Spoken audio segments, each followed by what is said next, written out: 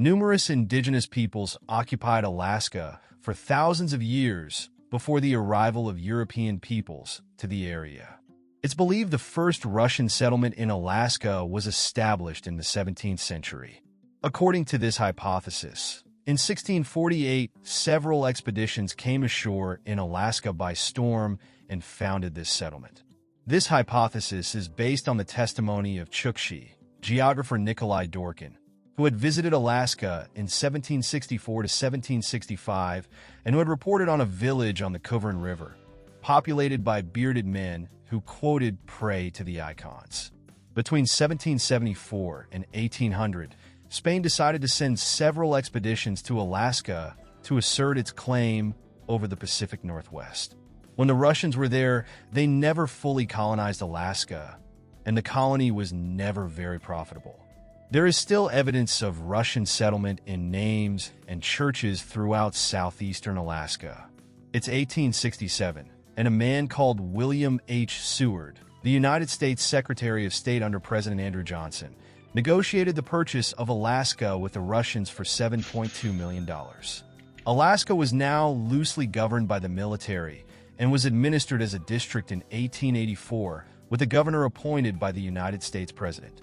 A federal district court was set up in Sitka. For most of Alaska's first decade under the United States flag, Sitka was the only community inhabited by American settlers. They organized a provisional city government, which was Alaska's first municipal government, but not in a legal sense. Legislation allowing Alaskan communities to legally incorporate as cities did not come about until 1900, and home rule for cities was extremely limited or unavailable until statehood took effect in 1959. On July 7, 1958, Alaskan statehood was approved by the U.S. Congress and was officially proclaimed a state on January 3, 1959. In the 1890s to the early 1910s, gold rushes in Alaska and the Yukon Territory brought thousands of miners and settlers to Alaska.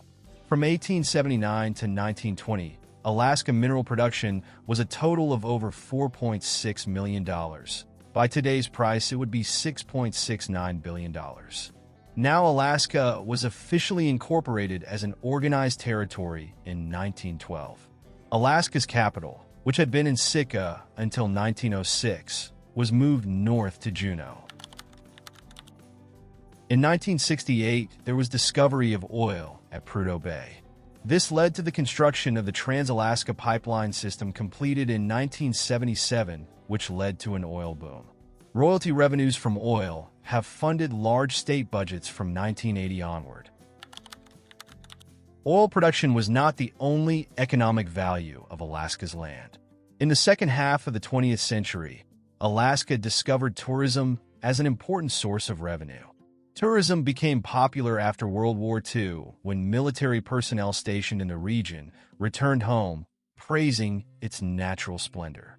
The Alcan Highway, built during the war, and the Alaska Marine Highway System, completed in 1963, made the state more accessible than before. Tourism has become increasingly important in Alaska, and today over 1.4 million people visit the state each year. The cost of goods in Alaska have always been higher than in the other states. Federal government employees, particularly United States Postal Service workers and active-duty military members, receive a cost of living allowance usually set at 25% of base pay because, while the cost of living has gone down, it is still one of the highest in the country. Rural Alaska suffers from extremely high prices for food and consumer goods compared to the rest of the country, due to the relatively limited transportation infrastructure. Due to the northern climate and short growing season, relatively little farming occurs in Alaska. Most farms are in either the Matanuska Valley or on the Kenai Peninsula. The short 100-day growing season limits the crops that can be grown, but the long sunny summer days make for productive growing seasons. The primary crops are potatoes, carrots, lettuce, and cabbage. The Tanana Valley is another notable agricultural locus, especially the Delta Junction area, with a sizable concentration of farms growing agronomic crops. Delta area crops consist predominantly of barley, and hay.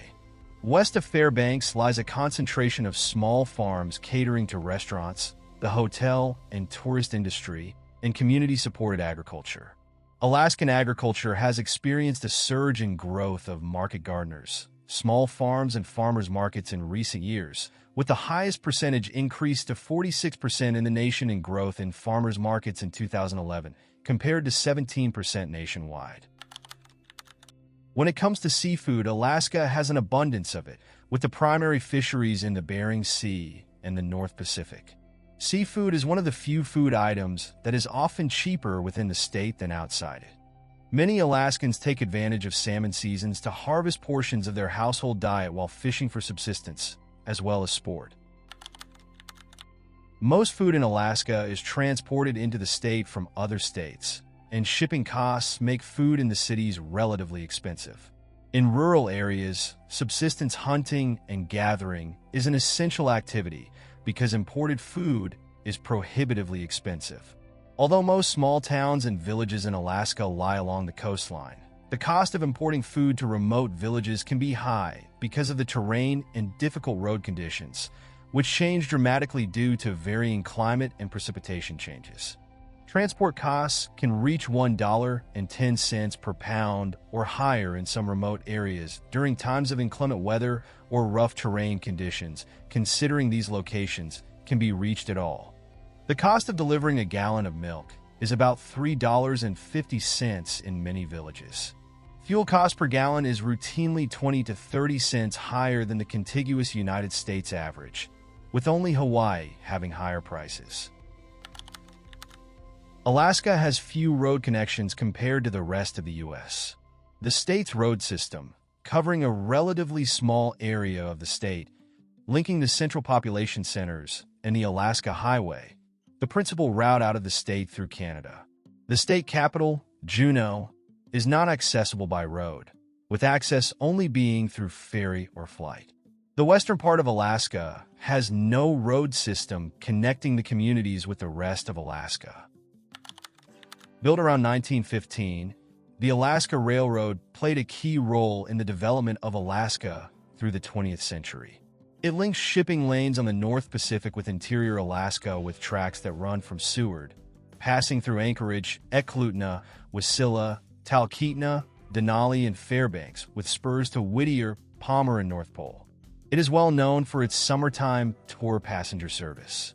Many cities, towns, and villages in the state do not have road or highway access. The only modes of access involve travel by air, river, or the sea. Alaska's well-developed state-owned ferry system, known as the Alaska Marine Highway, serves the cities of Southeast, the Gulf Coast, and the Alaska Peninsula. The ferries transport vehicles as well as passengers. Cities not served by road, sea, or river can be reached only by air, foot, dog's sled, or snow machine, accounting for Alaska's extremely well-developed bush air services. Because of limited highway access, air travel remains the most efficient form of transportation in and out of the state. Making regular flights to most villages and towns within the state commercially viable is difficult, so they are heavily subsidized by the federal government through the Essential Air Service program. Many communities have small air taxi services. These operations originated from the demand for customized transport to remote areas. Perhaps the most quintessentially Alaskan plane is the Bush Seaplane. The world's busiest seaplane base is Lake Hood, located next to Ted Stevens Anchorage International Airport, where flights bound for remote villages without an airstrip carry passengers, cargo, and many items from stores and warehouse clubs. In 2006, Alaska had the highest number of pilots per capita of any U.S. state. In Alaska, there are 8,795 active pilot certificates as of 2020.